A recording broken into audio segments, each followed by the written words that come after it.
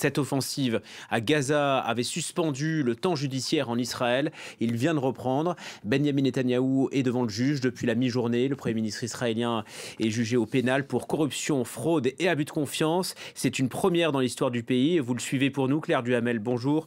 On vous retrouve à Tel Aviv, il me semble. Comment se déroule cette journée et que risque Benyamin Netanyahou?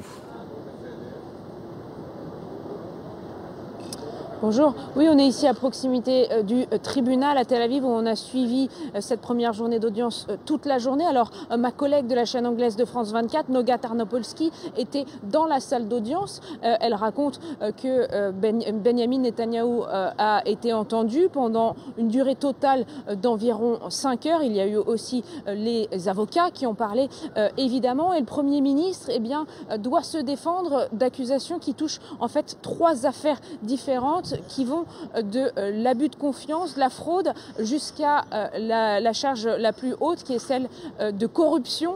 Alors ces affaires sont un petit peu complexes à résumer brièvement, mais grosso modo, Benyamin Netanyahou est accusé d'avoir essayé d'influencer des médias en parlant à leurs propriétaires, en leur promettant des faveurs. Il est aussi accusé ainsi que son épouse d'avoir eu des cadeaux de riches milliardaires, comme par exemple des cigares, des bijoux, du champagne. Et ces 3 affaires, en fait, elles sont jugées depuis déjà 4 ans, plus de 4 ans même, puisque le procès s'est ouvert en mai 2020. Seulement, il avait été repoussé après le 7 octobre 2023. Et c'est donc désormais aujourd'hui que Benyamin Netanyahou doit de nouveau répondre à la justice. Alors, le temps judiciaire sera vraisemblablement long. Benyamin Netanyahou pourrait être entendu jusqu'à 3 fois par semaine pendant plusieurs semaines. Et un verdict des juges ne pourrait arriver qu'en 2026.